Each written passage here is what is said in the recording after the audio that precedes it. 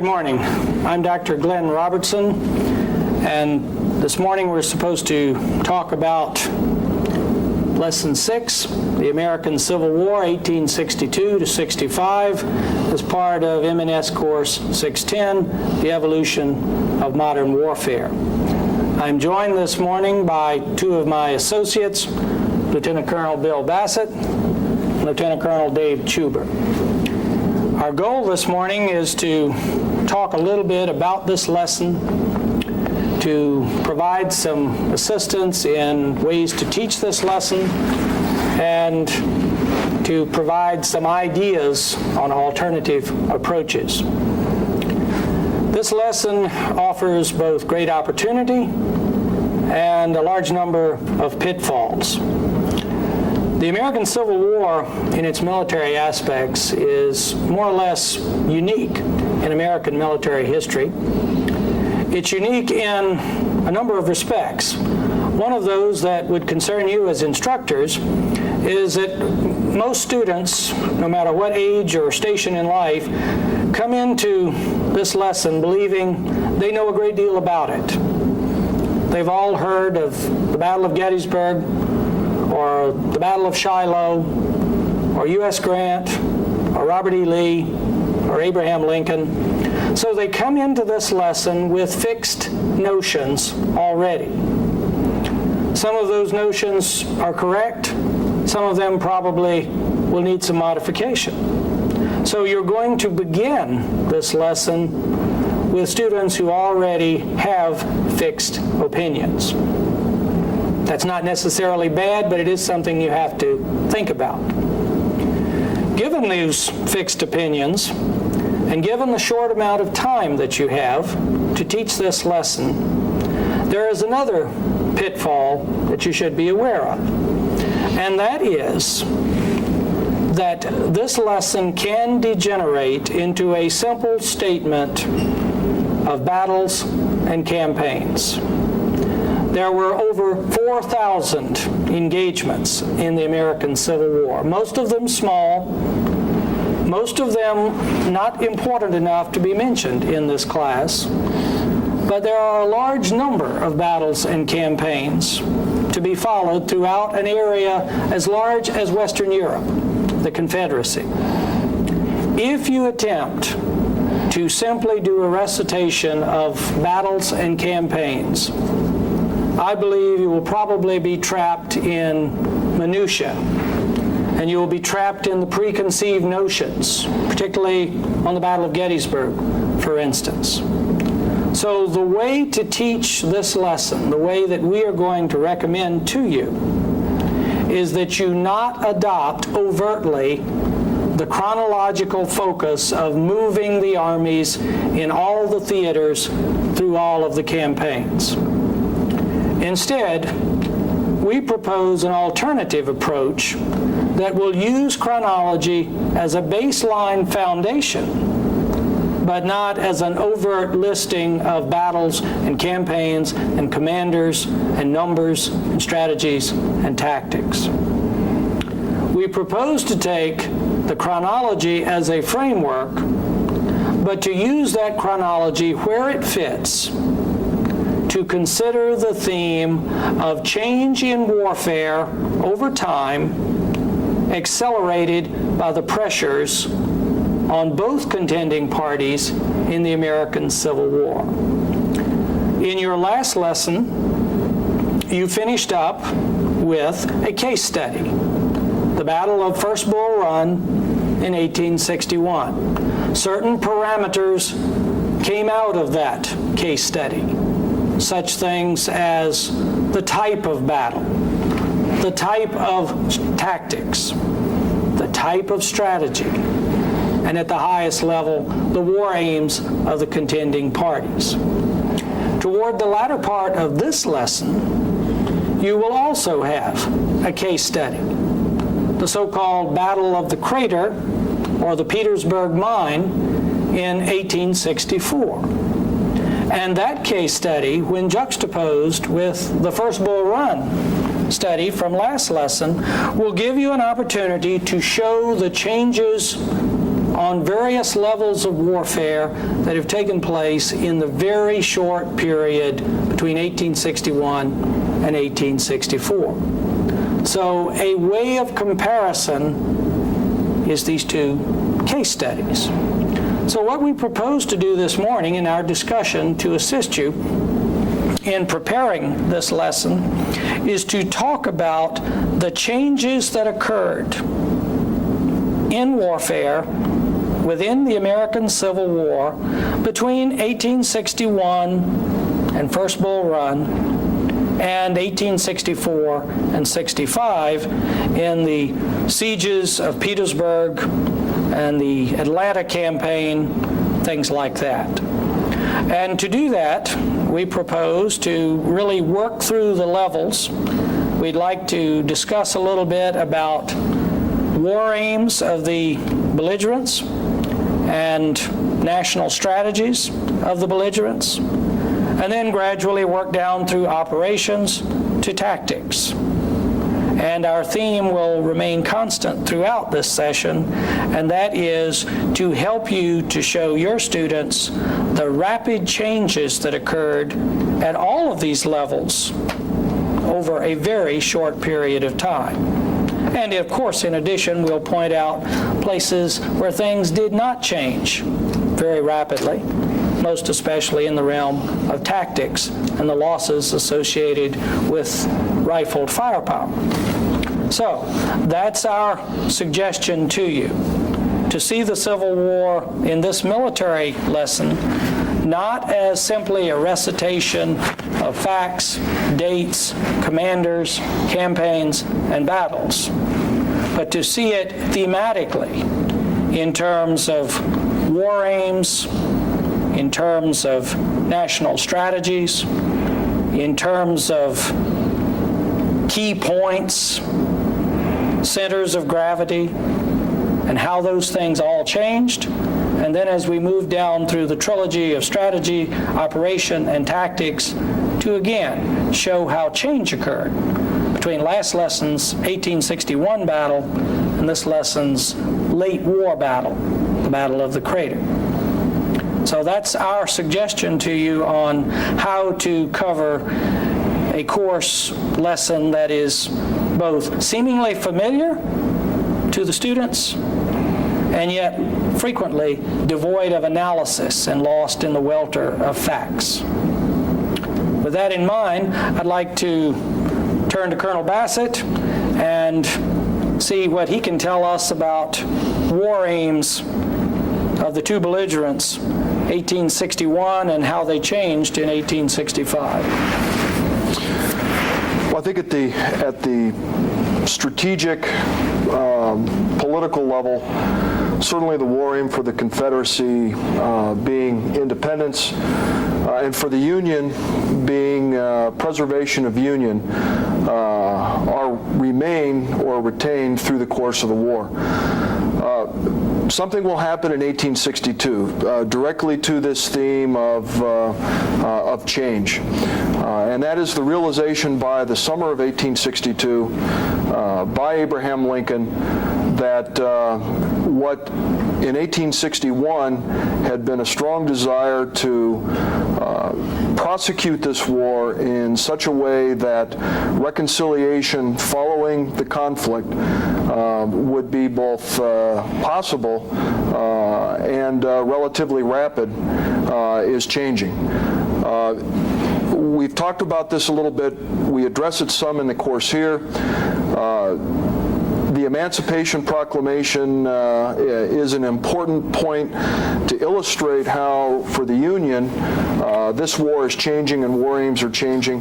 But the one thing I would caution to you with regards to the Emancipation Proclamation is it can be it can be an issue that will hold the group's attention and keep discussion for potentially an overlong period.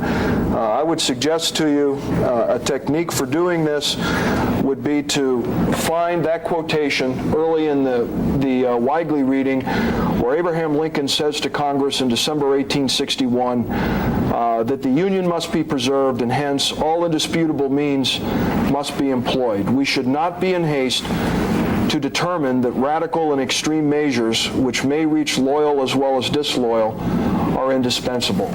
This desire on Lincoln's part to preclude a remorseless revolutionary struggle. And then the classic quotation, a letter that Lincoln sends to Horace Greeley on 22 August 1862, where he says to Greeley, in response to an editorial Greeley had written, "If there be those who could not save the Union unless they could at the same time save slavery, I do not agree with them. If there be those who could not save the Union unless they could at the same time destroy slavery, I do not agree with them. My paramount object in this struggle is to save the Union, and it is not either to save or to destroy slavery. If I could save the Union without freeing any slave, I would do it. And if I could save it by freeing all the slaves, I would do it. And if I could save it by freeing some and leaving others alone, I would also do that." Now, that's what Lincoln says as late as August of 1862. Speaks to the point that for the Union, for Abraham Lincoln at the beginning of this war, this is a war to preserve Union, not a war to end slavery. Yet on 22 September, he will issue the Emancipation Proclamation, which will have the fundamental impact on this war that it will make a settlement of the conflict on terms of status quo ante bellum or those conditions that exist prior to the war impossible.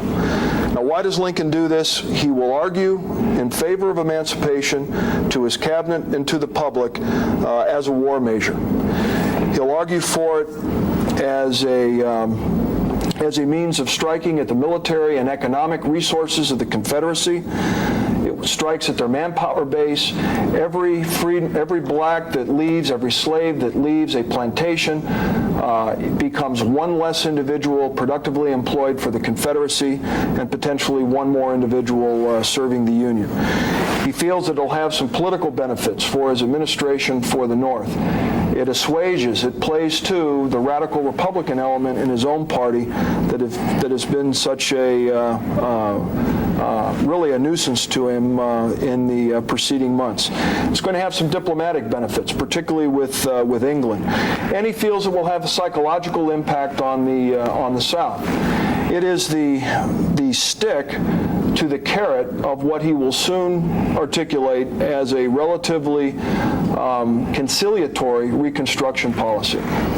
So it is first and foremost a war measure, and it represents how this war is changing. It will add for the Union now a second war aim, and that being to end slavery. So I think at the strategic political level, that is one instance that can be cited for how this war is changing, how it is evolving through its course. Sir? A war which for the Confederacy meant a fight for independence, and for the Union, which initially meant simply restoration of the Union as it was, over the course of 4 years takes on quite a different set of goals. Restoration of the Union as it was is no longer exactly the goal of the North, either through expedience or through morality. It now has become a larger fight for human freedom and the end of slavery. You can find books arguing Lincoln was simply a crafty politician, and books that argue that Lincoln ultimately came to understand the great wrong that slavery represented. But either way, whether expediency or simply justice, the war aims modified for the North, and the means to achieve those aims modified as well. Dave, how important do you think it is to bring this out in this lesson, and how much time do you think should be devoted to it? The time length should be minimal. I think it is an important factor, but in the time that you have to do this lesson you got a lot to put in it, and I don't think you can devote a whole lot. The biggest part that you can devote is show both sides. As Bill showed what the Union needs, you need to at least show a little bit about how the South saw it. the Emancipation Proclamation. For them, they believe that Lincoln frees no slaves with this political maneuver. They see no slaves being freed in the South because they still have control of theirs. He does not free the slaves in the North, which he does have control of at that time frame. And for also the South looks as this is Lincoln's way to move a rebellion within the rebellion, to have slave uprisings, which even Great Britain at the same time looks at that this is an act that that's unconscionable in the war at this time. So the biggest thing I think we need to do during the Emancipation Proclamation show that at least both sides, for the Union and Lincoln, maybe Horace Greeley and the rest of the abolitionists, we could bring that out.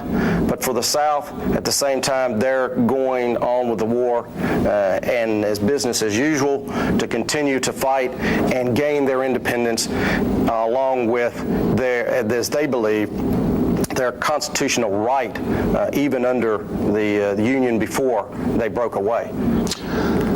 You know, sir, I would almost recommend that the Emancipation Proclamation be mentioned purely in the context of the political aims changing in 1862, and then move on into how the military strategy is changing over the course of the war.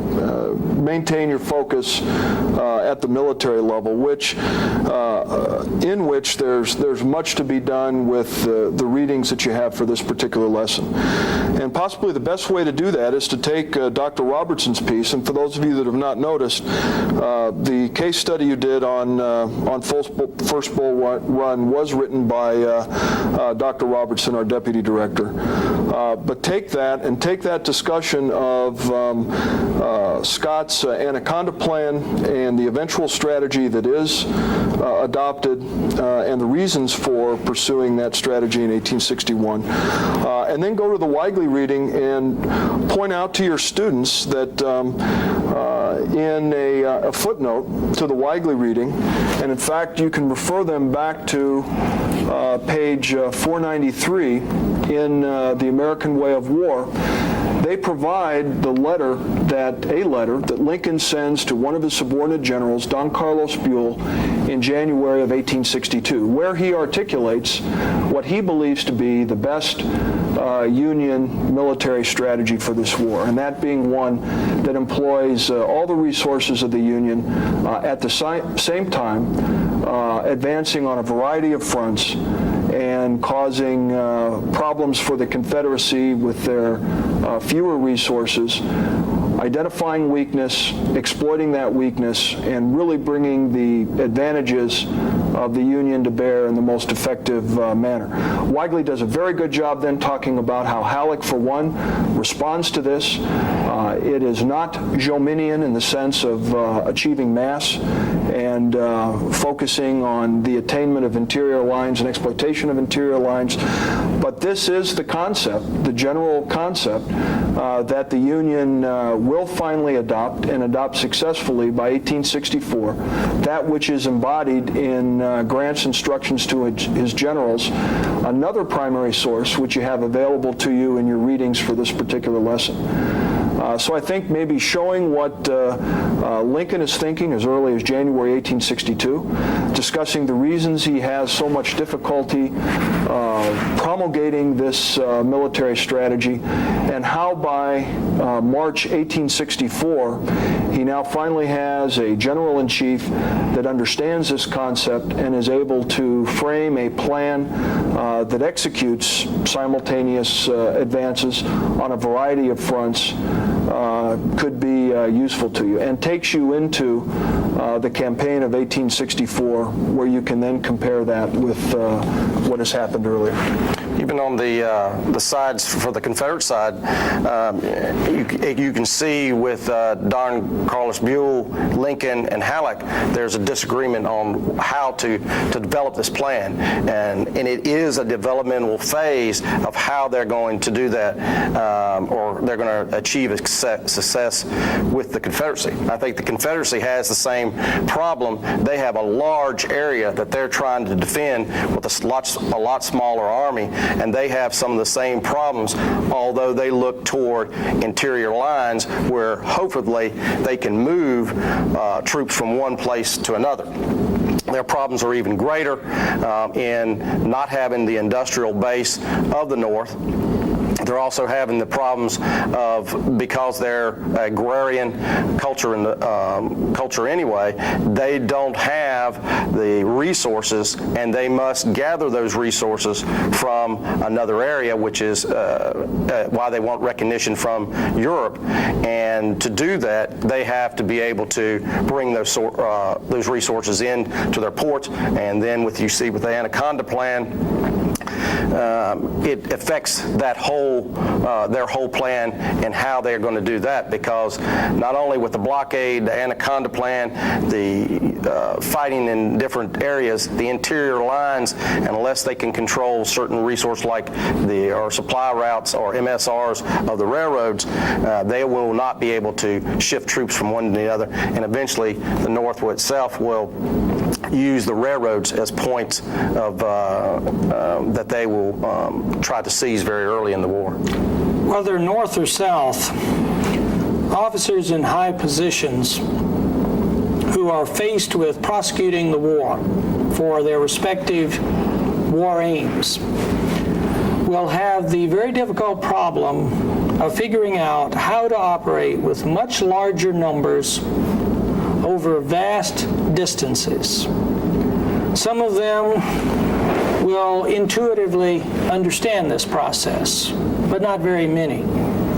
Others will look to the intellectual heritage that they had received in their professional training. 2 lessons earlier, in your lesson 4, you had no doubt a discussion of Jomini and Clausewitz. Clausewitz was not translated into English until after the American Civil War. So American Civil War officers, North and South, were not familiar with Clausewitz's concepts, be they friction or center of gravity or all of the other terms that we've now imbibed so much over the years. But those Civil War officers who had been professionally trained were no doubt at least familiar with the concepts of Antoine-Henri Baron de Jomini, Napoleonic staff officer, theorist, intellectual, a man who tried to interpret the successes of the great Napoleon Bonaparte and put those successes into book form. And then, of course, he was ripped off by Americans, Dennis Hart Mahan at West Point, Henry Wager Halleck, pre-war officer who left the service and now has come back in and will ultimately, for a time, be General-in-Chief. Jomini and his interpreters are in the saddlebags intellectually of officers North and South. Jomini talked about the decisive point. Place the bulk of your forces in a concentrated form at the decisive point, while the enemy can only place part of his forces there. If you're a Northern staff officer, I frequently argue in my classes on this subject to my students, and you have received this training, and you remember it, what in 1861 is the decisive point that you should concentrate at? And as the war progresses, does that decisive point change? It really gets to the Clausewitzian centers of gravity in some respects, although for Jomini, place seemed to be more important than intangible centers. What if you were a staff officer for the Union in 1861? Would you think the decisive point was? Bill? Sir, I think in 1861, it would be the capital of the Confederacy. It would be Richmond. All right. By 1864, Dave, is that still true? I don't think so. I think by 64, it is the Confederacy as a whole. Every piece of terrain that's not covered by a Union troop or a Union army is still alive, is still in rebellion. And by 64, the South is still the South, as long as it still stands, or a flag flies over one of its large cities, or the fields are built, the fields are being toiled by slaves, or bread is being ground in Shenandoah Valley. Those areas are still parts of the Confederacy, and they still believe in the idea of a separate nation. And see, I would argue that it is by early 1863, and it is embodied in this plan of 1864 that we look at in this lesson, that Lincoln and then Grant, as General-in-Chief, understand that the strategic center of gravity for the Confederacy, that which the Union must attack, is Southern will to sustain this fight. And if that is the strategic center of gravity, Lincoln, over time, and again embodied in Grant's plan for 64, has identified some operational centers of gravity that will facilitate the Union's successfully breaking the Confederate will to continue this fight. In the East, Lincoln has been saying since 1862 that it's Lee's army, that his commanders must orient on Lee's army. Destroy it if possible, although he's not particularly confident that his commanders are capable of beating Lee in that manner. But certainly it is Lee's army and not so much Richmond that the Eastern commanders should be orienting on. In the Western theater, it's a strategy of exhaustion designed at grabbing initially Chattanooga, and then after Chattanooga falls in November 1863, Atlanta, as a means of controlling territory that is resource-rich for the Confederacy, that, as Dave was talking a little earlier, interdicts the Confederates' ability to transfer troops and supplies both within theater and from theater to theater. And finally, it affords them forward bases to build resources, to build armies for further actions deep into the Confederacy. It is the development now of a military strategy that understands and applies Union resources in different theaters toward different operational centers of gravity, but all designed toward destroying the Confederacy's will to continue the fight. And crucial to that is to attack the legitimacy of Davis's government, not only with the Southern people, but also with the nations of Europe, to preclude intervention. I think the Confederacy also looks at the will of the North to continue this war to the point that not only do they do certain things in hopes that maybe the raid or the movement into Pennsylvania, into Gettysburg, not only feeds their army, but it also, if they can defeat a Union army on Union soil, that the will of the North itself, the people will continue to see in the newspapers and black border name after name of its sons being killed in the South or killed on its own soil, that they too will look at this is a useless war, and what are we fighting for? Initially it was the Union, now it's for slavery. Forget slavery, let the South go. That is what the South is hoping for, that either they get recognition, which is by this time I think is just about gone, but maybe the North will be tired of this by 64, and their will be somewhat broken itself, and at least in support of the war.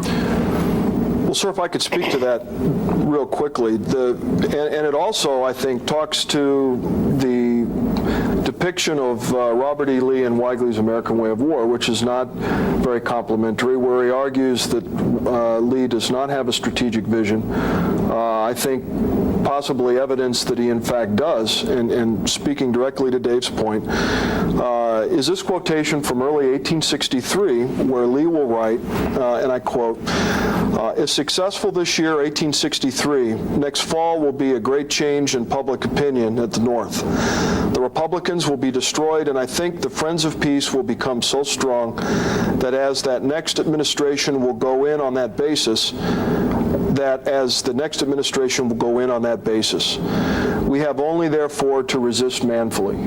I think reflecting in early 1863 that General Lee understands that the strategic center of gravity for the North is popular will, is public support for the war, and that through continued operations that attrit Union forces, thwart their military designs, that will continue to erode, and that the Democratic Party in the North will gain in power and possibly turn Lincoln out of office in the election of 1864. And Lincoln himself believes that too.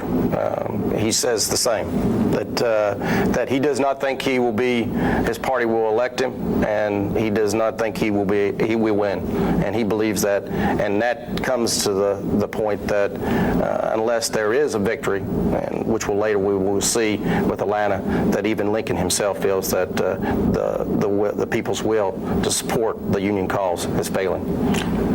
Notice that we began in 1861 talking simply about a place.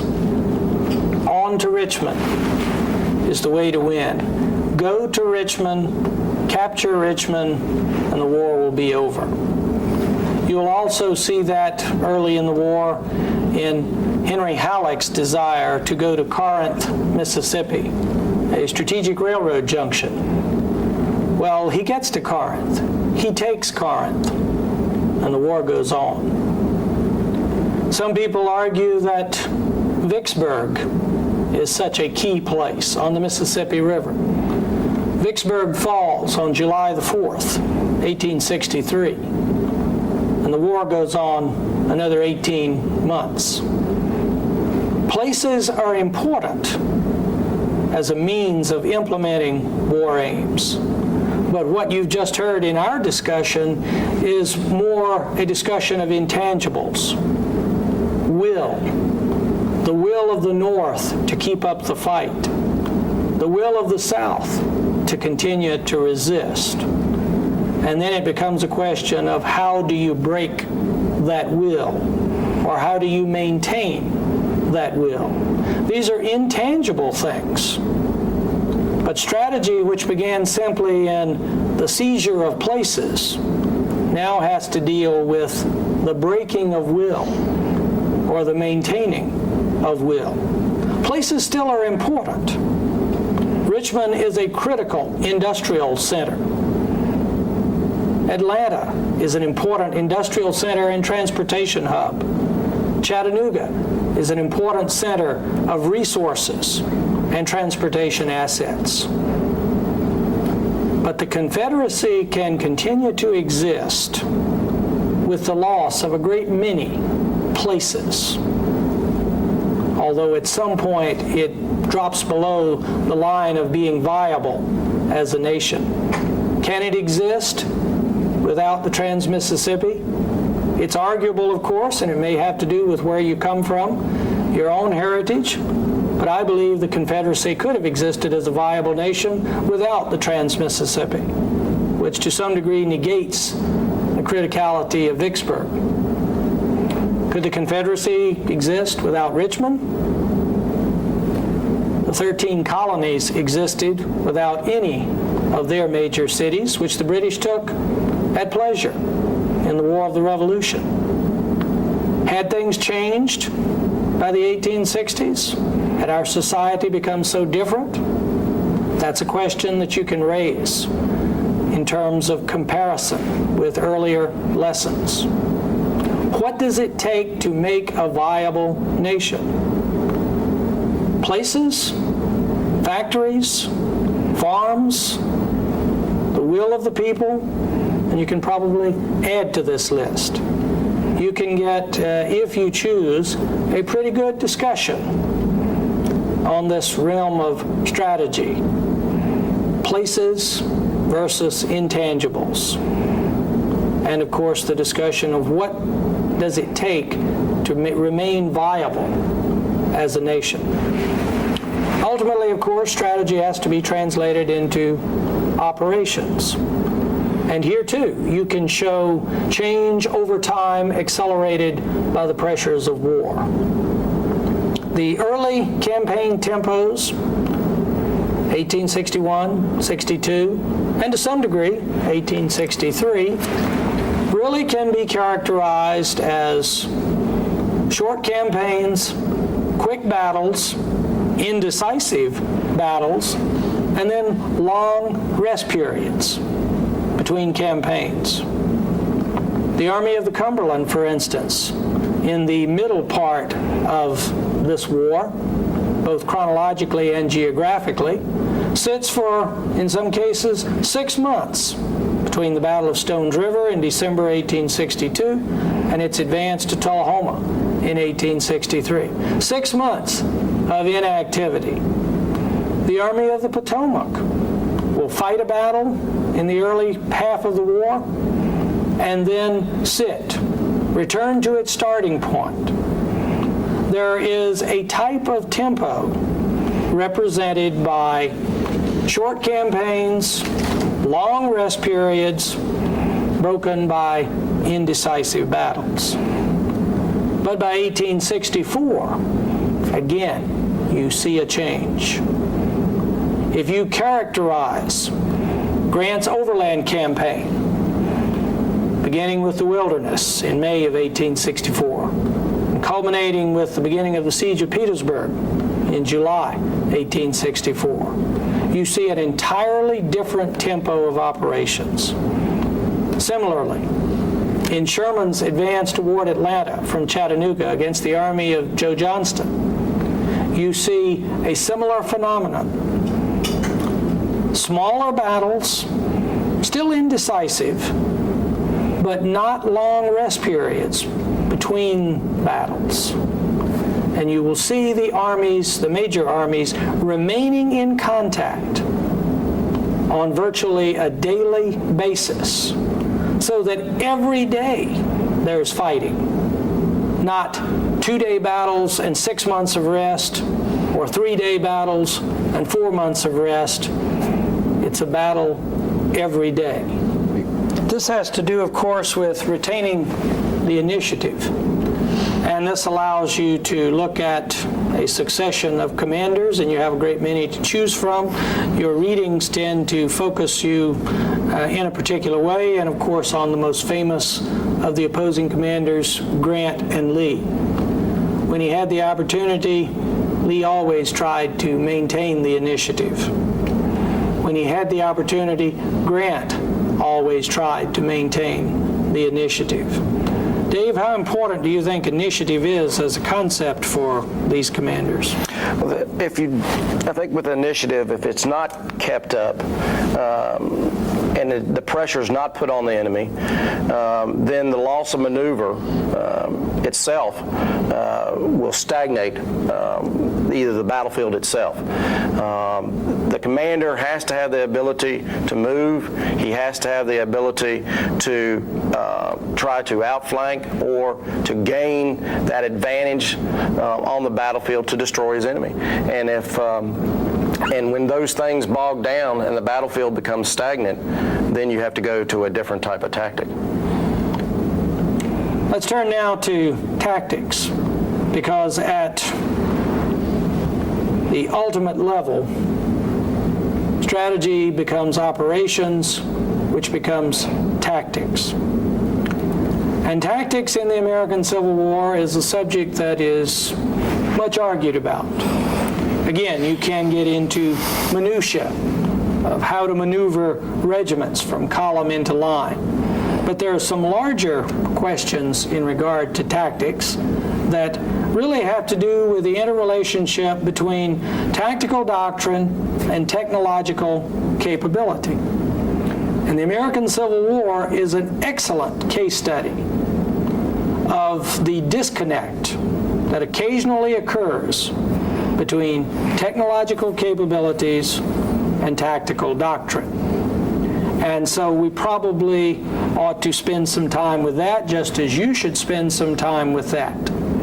Dave, can you outline for us very quickly the nature of the technological change that occurs just prior to the American Civil War? I think the most important change will come with the rifled musket.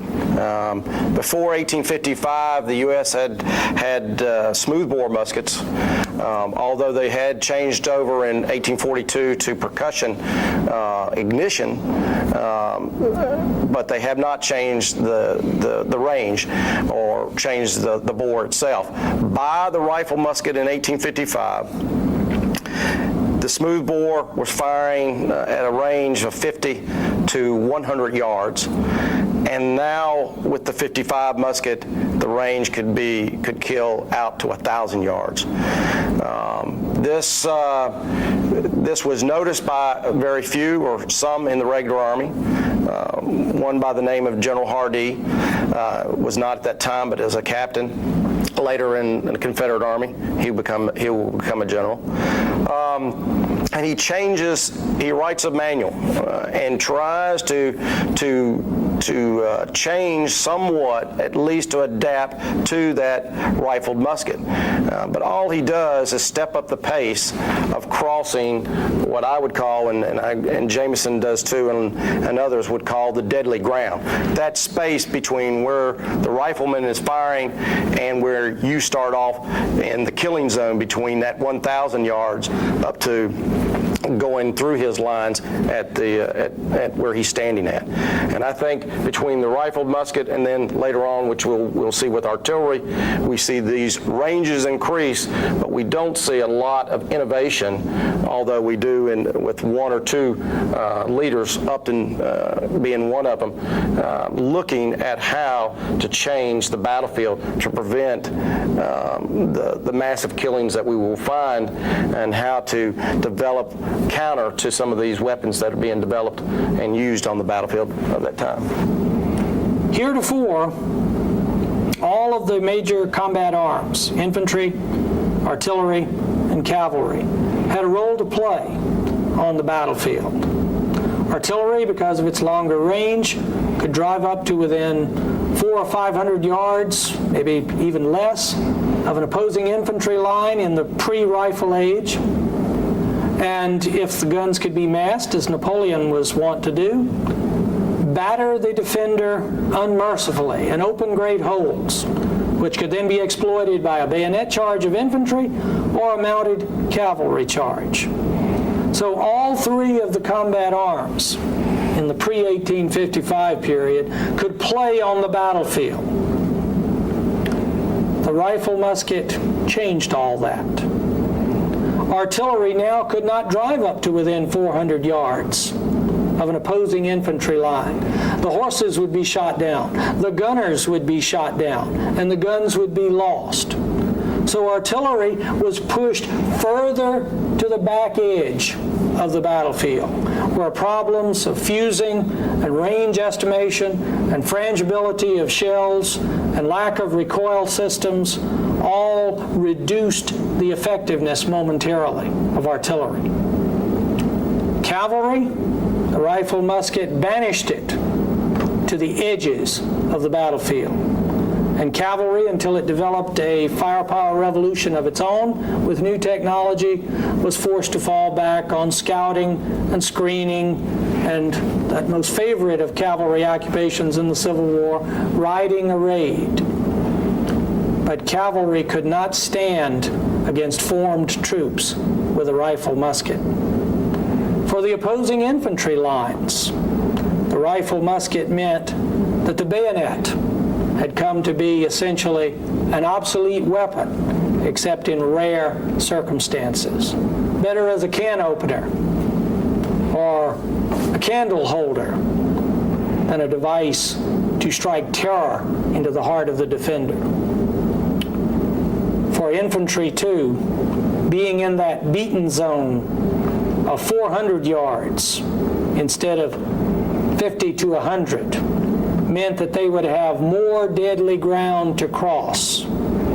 So instead of facing 1 or 2 aimed shots, they would face 10 or 12 aimed shots. And the result was a holocaust of blood on any Civil War battlefield where 2 armies came together with purpose and desire to win. So the casualties are going up and up and up. The question arises in this late 20th century, how could people not have seen that? How could they have been so stupid? The answer is, they did see it, and they weren't so stupid. You do those people of the 19th century an injustice to believe that they couldn't see these simple truths. They saw them, but they believed they couldn't change.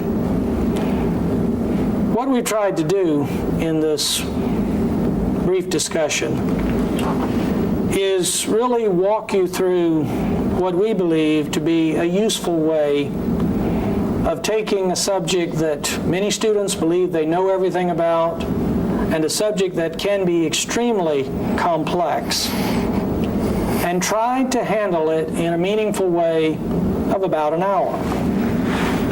We started at the top with war aims, and we've worked down through strategy, operations, and finally to tactics in the School of the Soldier. What we've showed you as a way of teaching this is to see it in terms of the theme of change in warfare, accelerated by the pressures of a serious conflict. Things that started out in 1861 as simply restoration of the Union versus independence, by 1865 has changed into a larger moral question of human freedom. What we've showed you in terms of strategy has changed from simply a place to more intangible things like national will. What we've showed you in operations is that the tempo over the war changed from short battles and long rest periods to battles that seem to be endless and contact over months, not 2 or 3 days. So the nature of operations changed. The one area where there was very little change, especially for the infantry, was in tactics, where technology had made a quantum leap forward, and doctrine was struggling to catch up. And no matter what the pressures of war were, that was impossible to do.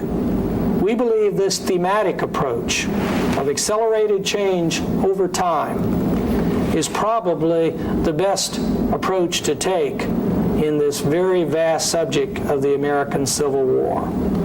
We've given you a couple of case studies, and if you use First Bull Run and the Crater and juxtapose them by the end of this lesson, you can show your students how warfare has changed in this vast arena: national aims, strategy, operations, and tactical doctrine. We hope that this will be something for you to think about and a way to get important points across as you work through this lesson.